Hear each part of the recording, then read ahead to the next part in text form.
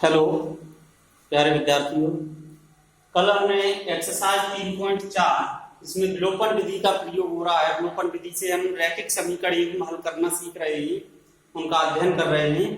तो इस एक्सरसाइज का पहला प्रश्न बता दिया था, दूसरे प्रश्न का पहला पार्ट मैंने बता दिया था। आज हम दूसरे पार्ट की बात करते हैं। प्रश्न नंबर 2 का दूसरा पार्ट है और किताब ले लेंगे हाथ में, मैं पढ़ता हूँ, समझेंगे ध्यान से। और ऐसा नहीं है ये कोई पहला प्रश्न हो, इसमें ऐसे कई प्रश्न आ चुके हैं अब तक एक्सरसाइज में। 5 वर्ष पूर्व नूरी की आयु सोनू की आयु की 3 गुनी थी। 10 वर्ष पश्चात नूरी की आयु सोनू की आयु की 2 गुनी हो जाएगी। नूरी और सोनू की आयु कितनी है? तो देखिए, इनकी वर्तमान आयु मान लेते हैं, जैसा पहले प्रश्न कर चुके हैं। माना नूरी की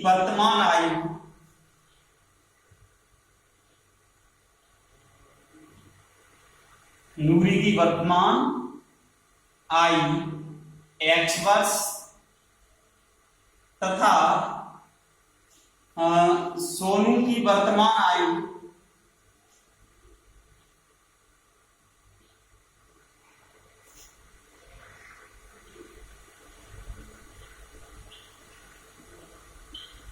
y वर्ष है। ठीक है, अब जो कंडीशन है, इस समय प्रेजेंट में जो नूरी की आयु है वो x वर्ष है और सोनू की आयु कितनी है? y वर्ष है। ठीक है, तो देखिए अब क्या कह रहा है ये, 5 वर्ष पूर्व नूरी की आयु सोनू की आयु की 3 गुनी थी। तो सबसे पहले प्रथम शर्त से हमें क्या करना है? प्रथम शर्त क्या है हमारी? पहले निकालो 5 वर्ष पूर्व आयु। कई सवाल ऐसे करा चुका हूं मैं। 5 वर्ष पूर्व नूरी की आयु कितनी होगी? 5 साल पहले। आज x वर्ष की है तो 5 साल पहले कितनी होगी? यानी कोई आज 10 साल का है तो 5 साल पहले कितना होगा? 5 साल का। तो x माइनस 5, ठीक है, इतने वर्ष। और 5 वर्ष पूर्व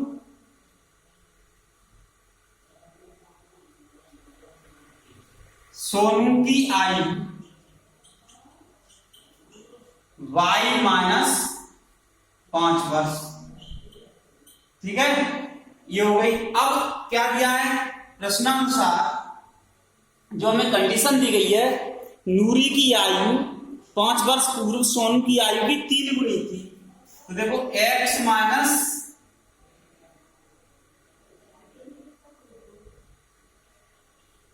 तो प्रश्नानुसार क्या हो जाएगा हमारा? x माइनस 5 बराबर 3, कितनी गुनी थी? 3 गुनी थी।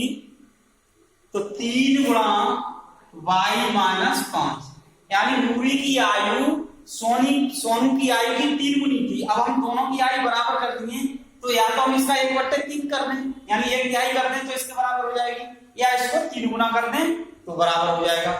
तो इसको मैंने 3 गुना कर दिया। अब इससे हमें एक समीकरण प्राप्त होगा, x माइनस 5 बराबर 3y माइनस 15।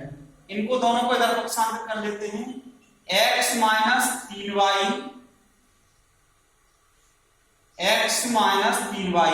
बराबर कितना है? माइनस का 15 है और ये माइनस का 5 है, उधर जाके प्लस का 5 हो जाएगा। तो x माइनस 3y बराबर हो गया हमारा माइनस का 10। ये हो गया समीकरण नंबर 1। ये समीकरण नंबर 1 निकला। पुनः दूसरी शर्त से क्या है? दूसरी शर्त से अब क्या कह रहा है?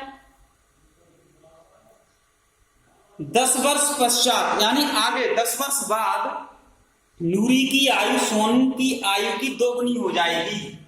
10 वर्ष बाद कितने? 10 वर्ष बाद नूरी की आयु, 10 वर्ष बाद नूरी की आयु कितनी होगी? आज नूरी कितनी है? x साल की है, तो 10 साल बाद कितनी हो जाएगी? x प्लस 10, जैसे इतने वर्ष। जैसे कोई आज मान लो 5 साल का है तो 10 साल बाद कितना हो जाएगा? 15 साल का। अब 10 वर्ष बाद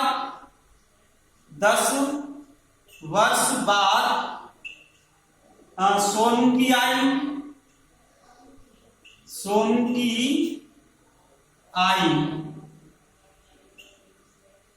कितनी हो जाएगी? 22+10, इतने वर्ष हो जाएगी। ठीक है, अब हमें जो प्रश्न में कंडीशन दी गई है उस हिसाब से हम इसमें समीकरण बनाएंगे। तो प्रश्नानुसार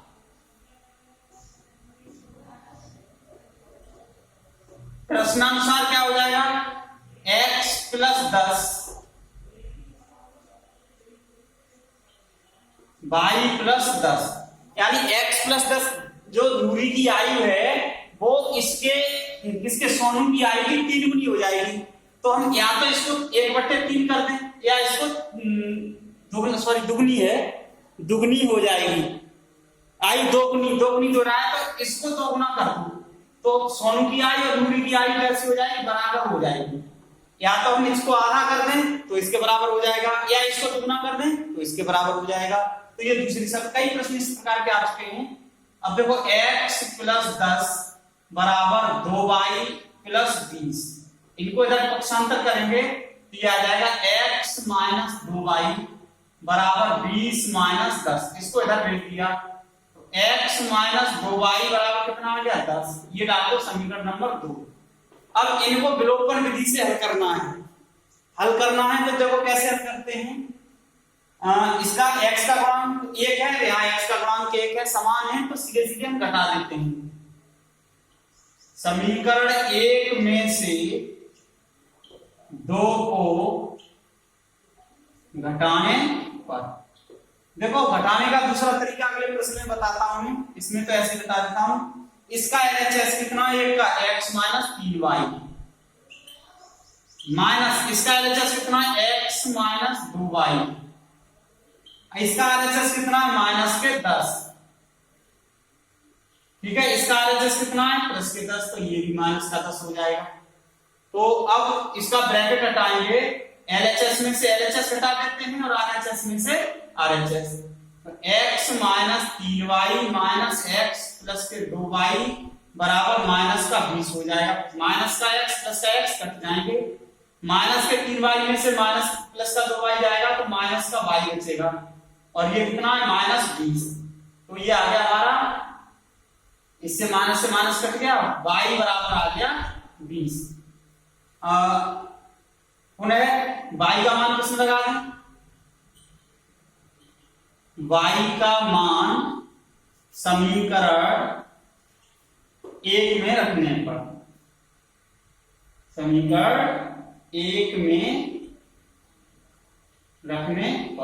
देखो ये है समीकरण 1, इसमें y का मान लगाना है x-3 गुणा 20, x-3y है, बराबर में है हमारा -10, तो x माइनस हो गया हमारा 60 बराबर -10, ये इधर जाके प्लस का हो जाएगा, x बराबर -10 और प्लस का 60, तो x बराबर कितना आ गया हमारा? 50। ये x का मान आ गया, ये y का मान आ गया। तो ये x के और y के मान हमें ज्ञात करने थे। तो अब देखिए हमने x किसको माना है? नूरी की आयु को। तो नूरी की आयु कितनी हो गई? 50 वर्ष। और वर्तमान आयु सोनू की वर्तमान आयु कितनी है? 22 वर्ष है। तो सोनू की कितनी हो गई? 20 वर्ष। आंसर चेक कर लेते हैं। ठीक है, देखो हम वहां स्पेस नहीं है, एक लाइन और लिखनी पड़ेगी हमें, यहां पर लिख देता हूं मैं, यहां पर ध्यान से समझेंगे। अतः नूरी की वर्तमान आयु बराबर होगी 50 वर्ष। ठीक है, और सोनू की वर्तमान आयु कितनी होगी? सोनू की वर्तमान आयु बराबर होगी 20 वर्ष। सोनू कितने साल का है? 20 साल का। और नूरी कितनी है? 50 वर्ष की। तो ये प्रश्न हो गया। केवल ये तो मैं पहले ही बता चुका हूं, समीकरण बनाना तो मैं कई प्रश्न आ चुके हैं इस प्रकार के, अब केवल हल करना था। तो हम हल इस तरीके से इसको कर सकते हैं। आगे इसको स्क्रीनशॉट ले लीजिए, पढ़ें और समझें, उसके बाद ये समझ में आएगा। अपने आप करेंगे तो जरूर समझ में आएगा, एक बार समझें वीडियो देख के, फिर अपने आप करेंगे तो आसानी से समझ में आ जाएगा। अगले प्रश्न की बात करते हैं। अब इसी के दूसरे प्रश्न के खंड में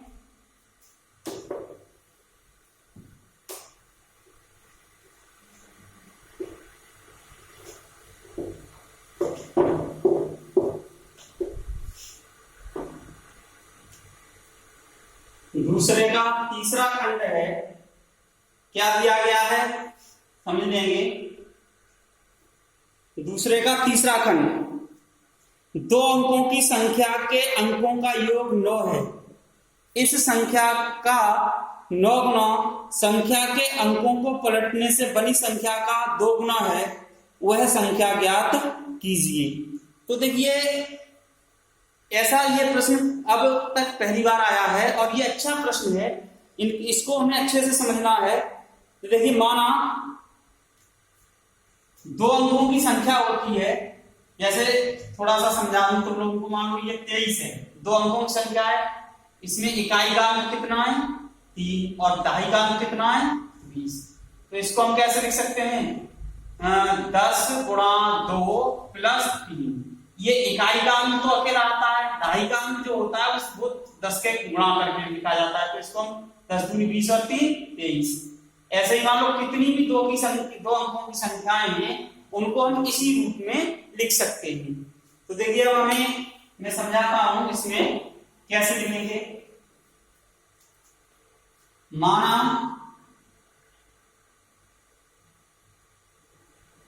2 अंकों की संख्या, 2 अंकों की संख्या में इकाई का अंक मान लिया हमने, इकाई का अंक x तथा दहाई का अंक y है। तो प्रश्नानुसार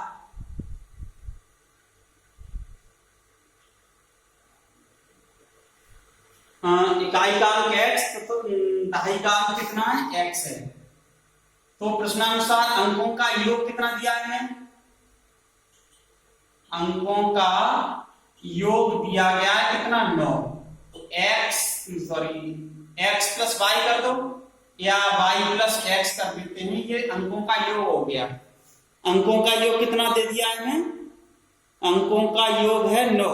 तो x प्लस y लिख दिया, y प्लस x समीकरण नंबर 1, ये अंकों का योग हो गया। तथा संख्या क्या हो जाएगी, अब हमें लिखनी है संख्या।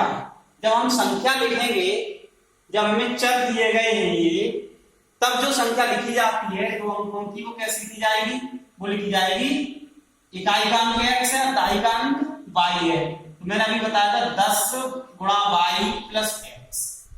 जैसे मान लो 28 है, इसको हम कैसे लिखेंगे 10 गुणा 2 प्लस 8। इसमें इकाई दहाई का अंक 2 है, सॉरी दहाई का अंक कितना है 20 है, वो सॉरी 2 है। दहाई का अंक तो उसमें दहाई का मतलब होता है 10, तो इसमें 10 का गुणा कर दिया हमने। अब संख्या के अंक बदलने पर, संख्या के अंकों को पलटने पर बनी संख्या, पलटने पर बनी संख्या, यानी जो अंक दिए गए हैं उसमें संख्या के अंकों को अगर हम पलट दें तो नई संख्या क्या हो जाएगी, x की जगह y और y की जगह x आ जाएगा, 10x प्लस y। अब प्रश्नानुसार जो हमें दे रहा है वो क्या कह रहा है, आप प्रश्न को समझेंगे। प्रश्नानुसार ये कह रहा है ये जो संख्या है इसका 9 गुना अंकों को पलटने पर बनी संख्या के 2 गुने के बराबर है, यही तो कह रहा है।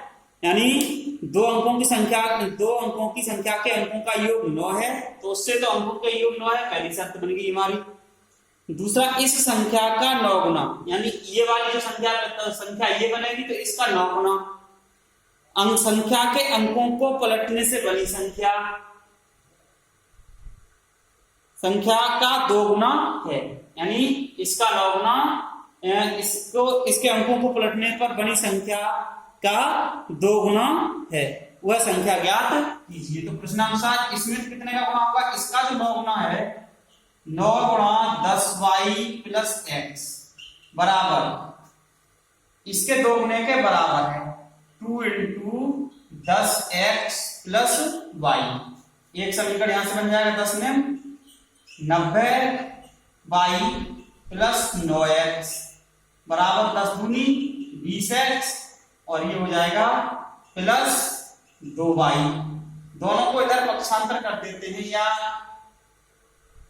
x को इधर भेज देते हैं, y को इधर ले आते हैं। तो देखो 90y माइनस 2y बराबर 20x माइनस 9x कितना हो जाएगा? 20 में से 9 घटेंगे तो 11x बराबर ये कितना बचेगा? 88y 88y 90 में 2 88। अब x 11 से ये 88 कट जाएंगे या हम इसको क्या लिख सकते हैं? x बराबर 8y। इसको डाल दीजिए समीकरण नंबर 2। इस समीकरण 2 से समीकरण नंबर 2 है और ये समीकरण 1 है, तो हम इसको सॉल्व कर सकते हैं। x बराबर 8y इसमें लगा देते हैं, सीधा सीधा है x का मान हमें आना है। ये विलोपन विधि नहीं रहेगी, कौन सी हो जाएगी? प्रतिस्थापन विधि हो जाएगी। अगर विलोपन विधि से ही हल करना है हमें तो देखिए इसमें एक लाइन और बढ़ा लेते हैं, x माइनस 8y बराबर हो जाएगा 0। इसको समीकरण नंबर 2 डाल दीजिए। जब हम इसको इधर पक्षांतर कर लेते हैं प्लस में या माइनस में पक्षांतर करते हैं तो बराबर में 0 बचेगा। अगर मैं x अपॉन 8y करता यानी भाग में या गुणा में लेके आते हैं तब वो 1 बचता है। अब देखो समीकरण 1 में x का गुणांक 1 है और यहाँ x का गुणांक 1 है, दोनों का गुणांक समान है। यहाँ y का गुणांक 8 है या y का गुणांक 1 है, तो इनके गुणांक अलग अलग हैं। तो हम क्या करते हैं? समीकरण 1 में से 2 को घटाने पर, अब मैं घटाने का एक तरीका बता दे रहा हूं, देखो कैसे घटाएंगे। अब तक जो हम घटाते आए वैसे भी कर सकते हैं। x प्लस वाई बराबर 9 है। दूसरा समीकरण लिख लो, x माइनस 8y बराबर है 0। अब जब हम घटाएंगे, घटाने लिखिए तो घटाते हैं तो इसके जो नीचे वाली इक्वेशन होती है दूसरी जिसको घटाना उसके चिन्ह बदल जाते हैं सभी। x प्लस का था माइनस का हो गया, 8y माइनस का था प्लस का हो गया और ये प्लस का था माइनस हो गया। तो देखो ये प्लस का x है माइनस का x है तो ये वाला कट जाएगा, y और 8y जुड़ जाएंगे, ये हो गए हमारे 9y और बराबर हो गए 9। कितने हो गए? 9 हो गए। तो ये कितना हो जाएगा हमारा? y बराबर आ जाएगा e। y का मान समीकरण 2 में रख दीजिए, y का मान समीकरण 2 में रखने पर लगा दीजिए। यहाँ पे x माइनस 8 गुणा 1 बराबर 0, तो x बराबर आ गया 8। हमें संख्या पूछी गई है, क्या पूछ रहा है? वह संख्या ज्ञात कीजिए। संख्या ये निकाली थी तो हम क्या लिखेंगे? अतः संख्या बराबर, संख्या क्या हो जाएगी? 10y प्लस x है तो 10 गुणा 1 प्लस x का मान कितना है? 8। तो 10 एकम 10 और 8 कितने हो गए? 18। अगर हम डायरेक्ट मान लगा दें तो 1 और 1 आएगा और 8 आएगा, 18 आएगी। तो ये आ गई संख्या हमारी, कितनी आ गई? 18। नोट कर सकते हैं इसे। कोई चीज समझ में नहीं आए तो उसको मैंने नंबर बता दिया है, उस नंबर पे पूछ सकते हो।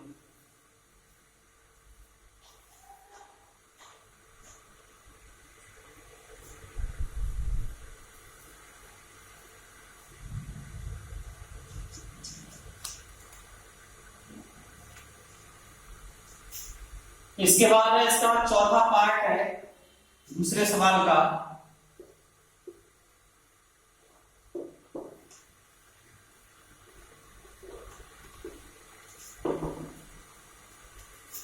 दूसरे का चौथा पार्ट पढ़ता हूं मैं, क्या दिया गया है ध्यान से सुनेंगे।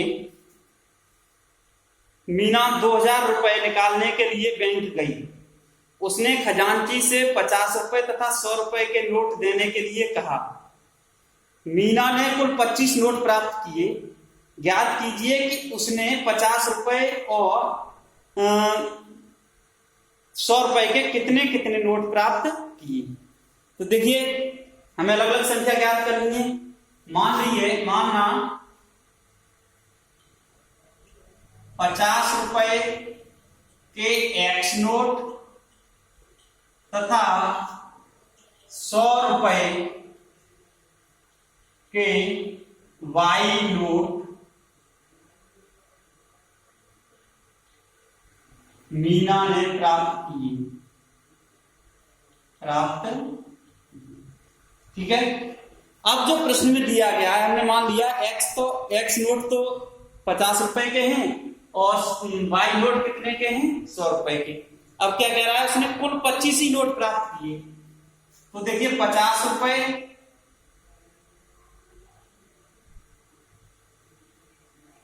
तथा 100 रुपए के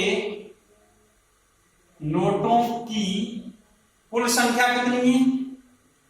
कुल संख्या है 25। कितनी है कुल संख्या? 25। हमने तो 50 रुपए के कितने एक्स नोट है, 100 रुपए के कितने वाई। तो यानी एक्स और वाई का जो योग है वो है 25। समीकरण नंबर 1 एक समीकरण बन गया। अब दूसरी कंडीशन, कुल 2000 रुपए प्राप्त हुए उसे, यानी 50 रुपए के एक्स नोट, 50 रुपए के एक्स नोट प्लस 100 रुपए के कितने नोट लिए, 100 रुपए के वाई नोट। ये कुल जो है वो कितना है, 2000 रुपए। यानी 50 रुपए के एक्स नोट और 100 रुपए के वाई नोट मिलके कुल कितना अमाउंट बना रहा है, 2000। तो ये कितना हो जाएगा, 50x प्लस 100y बराबर कितना हो गया, 2000।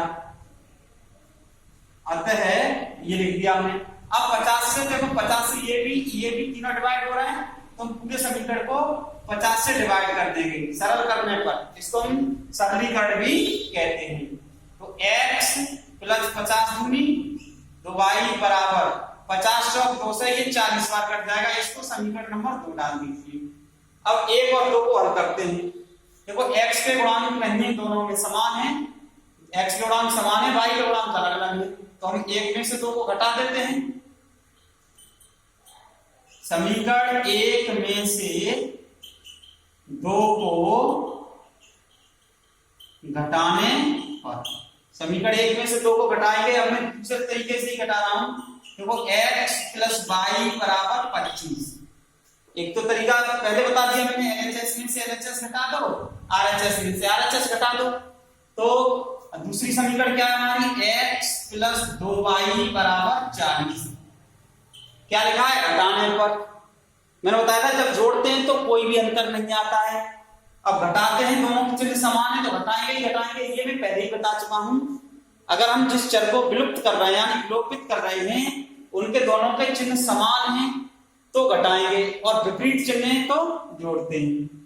तो देखो घटाएंगे तो ये प्लस का था, ये माइनस का हो जाएगा।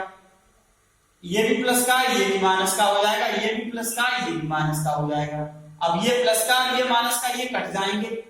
y में से 2y घटेगा तो माइनस का y बचेगा। 25 में से 40 घटेंगे तो माइनस के 15 बचेंगे। तो ये y बराबर कितना आ जाएगा, y बराबर आ जाएगा 15। y का मान समीकरण 1 में रख दीजिए। y का मान समीकरण 1 में रखने पर लगा दीजिए भाई। x प्लस 15 बराबर 25, x प्लस 15 बराबर 25। तो x बराबर कितना आ जाएगा, ये 25 माइनस 15। x बराबर आ गया 0, 10। ठीक है। तो 50 रुपए के कितने नोट हो गए। अतः हम क्या लिख सकते हैं, 50 रुपए के नोटों की संख्या कितनी होगी, नोटों की संख्या होगी हमारी कितनी 10। भाई x नोट 50 रुपए के कितने नोट थे x का मान कितना निकला 10, तो 50 रुपए के नोटों की संख्या हो गई 10। और 100 रुपए के नोटों की संख्या 100 रुपए के नोटों की संख्या कितनी है 15। 100 रुपए के नोटों की संख्या कितनी मानी थी हमने 22 नोट है, 22 का मान कितना आया 15। अब देखो 15 का 100 में गुणा करोगे तो 1500, और 10 का 50 में गुणा करोगे तो 500, तो 1500 और 500 कितने हो गए 2000, तो 2000 रुपए इसने निकाले थे। तो ये इस तरीके से हमने सभी इस सवाल को हल किया। अब इसमें एक पार्ट रह गया है केवल, उसे मैं समझा देता हूं, वो पिछले एक्सरसाइज की तरह होगा।